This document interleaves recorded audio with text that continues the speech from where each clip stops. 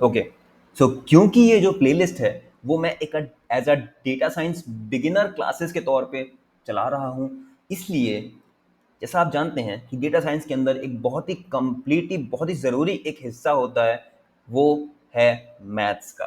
तो इस वीडियो में हम सीखने वाले हैं मैथ मॉड्यूल के बारे में, क्योंकि मैथ मॉड्यूल हमें कुछ ऐसे कमांड्स देता है जो आपको regular day to day coding में, इवन चाहे आप डेटा साइंस में हो, चाहे आप पाइथन डेवलपर के तौर पे हो, आपको इस्तेमाल करना पड़ेगा इस मॉड्यूल को, राइट? जब आप भी नंबर के साथ में डील कर रहे हो या कोई और कोड लिख रहे हो। तो आइए सीखते हैं इस मॉड्यूल के बारे में। तो पहली लाइन सबसे पहली वो ये कि हम इस मॉड्यूल को इंपोर्ट करेंगे, इंपोर्ट मैथ। फिर क्या? फिर आइए शुरू करते हैं इसके बारे में पढ़ना।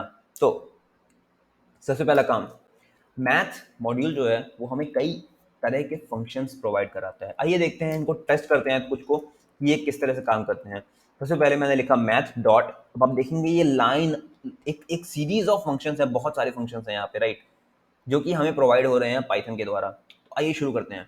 मान लीजिए कि मैं चाहता हूँ मैथ डॉट स्क्वायर रूट, क्या ये फंक्शन है इस नाम का? बिल्कुल है, कोई दिक्कत नहीं। और मैं चाहता हूँ यहाँ पे कोई भी एक रैंडम नंबर मान लीजिए जिसका स्क्वायर रूट मुझे याद हो, हाँ 256, 256, राइट।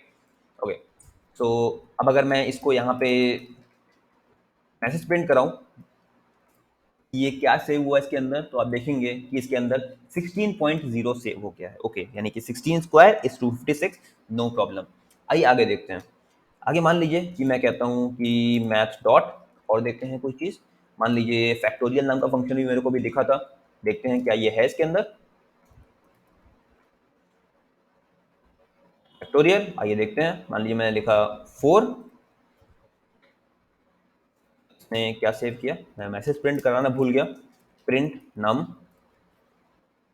यहाँ आप देख सकते हैं कि 24 फैक्टोरियल 4 इज 24। अगर आपको नहीं पता कि फैक्टोरियल क्या है, आपको बता दूं कि फैक्टोरियल का मतलब है कि मैंने जब लिखा 4 का फैक्टोरियल, इसका मतलब है कि मैंने किया 4 into 3 into 2 into 1, right. Okay, तो ये बेसिक मैथ्स थी जो मे बी आपने अपने फर्स्ट ईयर में पढ़ी हो, राइट।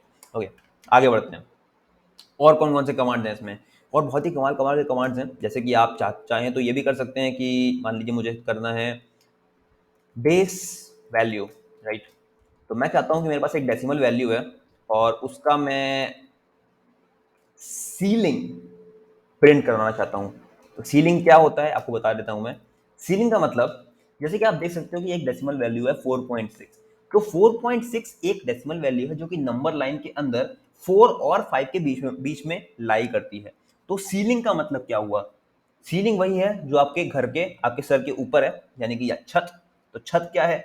छत यानी कि इस नंबर का जो अपर बाउंड हो सकता है, यानी कि जो ऊपर का लेयर है, जो ऊपर की छत है इस नंबर के लिए, वो क्या है? वो है 5। तो आइए देखते हैं ये क्या सेव कर रहा है। मैं यहाँ पे अगर प्रिंट कराऊं बेस वैल्यू मुझे नहीं नहीं बोलना चाहिए था इसको, मैं बोलूंगा इसको सील वैल्यू, राइट। और यहाँ मैं चेंज कर देता हूँ सील वैल्यू के नाम से, सील वैल्यू।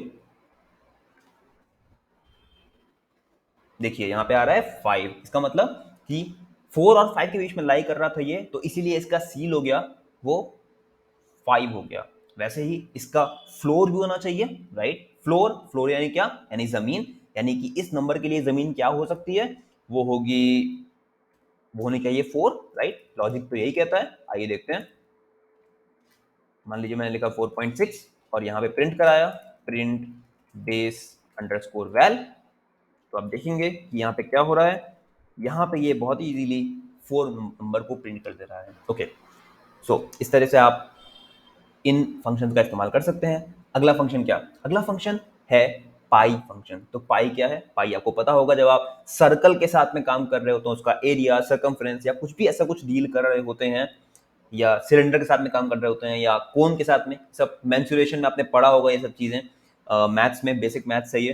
तो पाई का इस्तेमाल किया जाता है जिसकी वैल्यू होती है 22/7 या फिर 3.14। तो उसकी वैल्यू पाइथन में स्टोर्ड है, आप अपने प्रोग्राम में जब चाहें उसका इस्तेमाल कर सकते हैं। कैसे इस्तेमाल करेंगे आइए वो देख लेते हैं। हम क्या कहेंगे, मैथ डॉट पाई और प्रिंट एक्स। इसने क्या किया, इसने पाई की जो एग्जैक्ट वैल्यू है वो यहाँ पे प्रिंट करा दी, जो कि एक लंबी सी वैल्यू है, याद नहीं होती है, किसी को याद करने की जरूरत भी नहीं है, हम लोग मोस्टली 3.14 ही याद करके रखते हैं। सो आप इस तरह से इसका भी इस्तेमाल कर सकते हो और अपने प्रोग्राम में नए नए लॉजिक्स तैयार कर सकते हो। सो इस वीडियो के लिए इतना ही, मिलते हैं नेक्स्ट वीडियो में एक और कमाल के टॉपिक के साथ। Till then good.